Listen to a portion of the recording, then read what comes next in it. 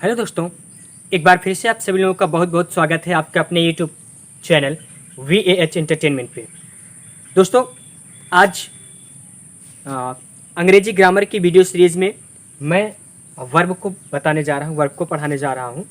ये परीक्षा की दृष्टि से और वैसे भी आपकी बेसिक जानकारी के लिए बहुत ज़रूरी है, और जो तैयारी कर रहे हैं किसी भी वनडे एग्ज़ाम की, उनके लिए बहुत इंपॉर्टेंट है कि आप वर्ब को पहचानें, वर्ब को जानें। अगर आप वर्ब को पहचानते हो तो कम से कम एक या दो प्रश्न या तीन प्रश्न आपके हैं कि जो कि वर्ब से आते हैं, यानी कि वर्ब को पहचानने के लिए होता है, वो प्रश्न आपको यहाँ से मिल जाएंगे। तो चलिए आज शुरुआत करते हैं कि वर्ब क्या होता है। तो वर्ब वर्ब को हिंदी में कहते हैं क्रिया। इसके बारे में थोड़ा सा समझ लेते हैं कि ये क्रिया है क्या। क्रिया मतलब कोई भी कार्य जो किया जाता है उसको हम वर्ब कहते हैं। जैसे अभी मैं आपको पढ़ा रहा हूँ तो पढ़ाना एक वर्ब है। आप वीडियो देख रहे हो, ये देखना एक वर्ब यानी कि एक क्रिया है। तो हर वाक्य में एक क्रिया जरूर होती है, बिना क्रिया के कोई भी वाक्य बनता नहीं है। तो चलिए अब इसको वर्ब को समझ लेते हैं। जैसे उदाहरण के तौर पर समझ लेते हैं, जैसे कि लिखा है, ठीक, गो या फिर हो गया कम या फिर वॉक। तो ये सब जितने हैं ये सभी क्या है, वर्ब है, ये सभी क्रियाएं हैं। अब इन क्रियाओं के बारे में अगर हमको डिफिनेशन लिखनी हो तो डिफिनेशन होता है कि a verb is a word which tells और डिस्क्राइब सब्जेक्ट। ठीक,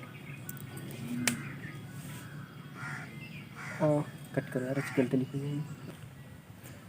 तो अब डिफिनेशन को समझे तो डिफिनेशन होता है कि verb is a word which tells और डिस्क्राइब अबाउट सब्जेक्ट, यानी कि सब्जेक्ट के बारे में जो कुछ कहता है, सब्जेक्ट की व्याख्या करता है, वो क्या होता है, वर्ब होता है। जैसे Ram is going to school, तो यहाँ पे इज और गोइंग ये दोनों क्या है, हमारी वर्ब है। तो यहाँ पे गोइंग जो है वो मुख्य वर्ब है, यानी कि मुख्य क्रिया है। यह बता रहा है कि राम स्कूल जा रहा है। इसी कोई भी हो जो कि काम हम करते हैं, चाहे वो उठना हो, बैठना हो, हंसना हो, रोना हो, धोना हो, खाना हो, पीना हो, ये सभी क्या होती हैं, वर्ब्स होती है। ये सभी क्या होती हैं, क्रियाएं होती हैं। अब फ्रेंड्स, जो क्रियाएं होती हैं ये दो प्रकार की, यानी कि दो भागों में बांटा गया, जैसे कि हमने आपको पिछले वीडियो में भी बताया है। अगर आपने नहीं देखा तो पिछले वीडियो को भी देख लीजिएगा। हमने बताया था कि वर्ब जो है ये क्रिया हमारी टू टाइप की होती है। एक होती है हेल्पिंग वर्ब, फर्स्ट होती है हमारी हेल्पिंग वर्ब, और सेकेंड वन होती है हमारी मेन वर्ब, यानी कि मुख्य क्रिया। तो सहायक क्रिया के बारे में हमने आपको बता दिया था, एक बार फिर से आपको रिवाइज करा देते हैं। सहायक क्रिया में हमारा आता है वी, डू और हैव, ये आते हैं हमारी सहायक क्रिया के अंतर्गत।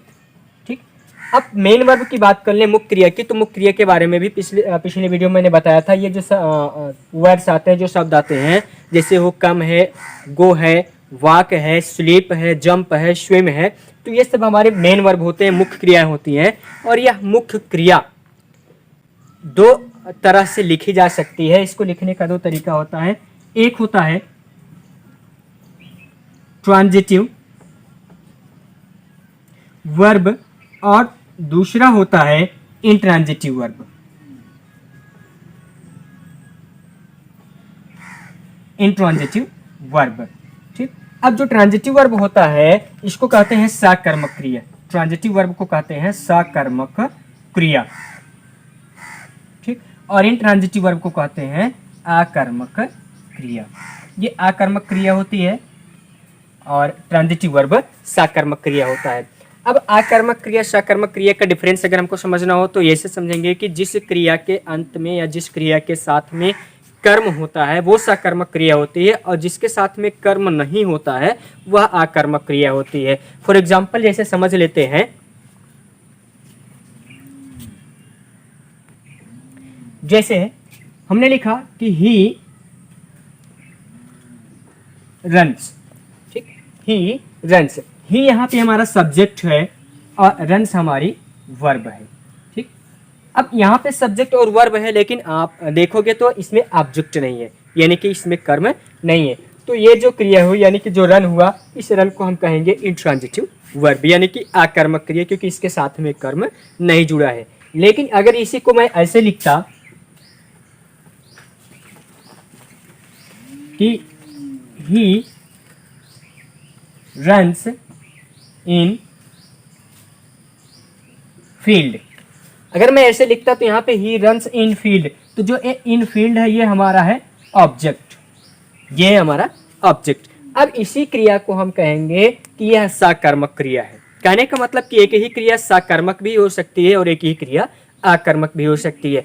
यह सेंटेंस में जो सेंटेंस होता है सेंटेंस के ऊपर निर्भर करता है कि सेंटेंस में अगर ऑब्जेक्ट आया हुआ है तो जो क्रिया है वो ट्रांजिटिव है, यानी कि साकर्मक है, और अगर सेंटेंस में ऑब्जेक्ट नहीं आया है तो वो इंट्रांजिटिव यानी कि आकर्मक है। तो आई होप कि आपको वर्ब और वर्ब में जो वर्ब के दो पार्ट मैंने बताया, एक हेल्पिंग वर्ब, एक मेन वर्ब, ये समझ में आ गया होगा। और मेन वर्ब के हमने इसको दो कैटेगराइज किया, यानी कि दो भागों में रख सकते हैं मेन वर्ब को, एक ट्रांजिटिव, इंट्रांजिटिव, ये भी आपको समझ में आ गया होगा।